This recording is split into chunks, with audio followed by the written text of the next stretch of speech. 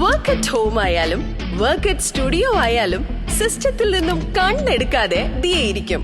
മുഖത്ത് പാട് വരികയോ കണ്ണിന് ക്ഷീണമോ തോന്നില്ല. ജെസൽ ഒപ്റ്റിക്കൽസിന്റെ അൺലിമിറ്റഡ് ഫ്രെയിമുകളിൽ നിന്നും മുഖത്തിന് അനുയോജ്യമായ കണ്ണടയാണ് ദിയ തിരഞ്ഞെടുത്തിരിക്കുന്നത്. തിരഞ്ഞെടുക്കാൻ യഥേഷ്ട മോഡലുകൾ, എല്ലാ പ്രമുഖ ബ്രാൻഡഡ് ലെൻസുകളുടെയും ഫ്രെയിമുകളുടെയും അതിശയിപ്പിക്കുന്ന കളക്ഷൻസ്, ഏറ്റവും കുറഞ്ഞ വില, മികച്ച വിൽപ്പനാനന്തര സേവനം. Jesal opticals, opposite TB hospital, Karivelippady, Kochi.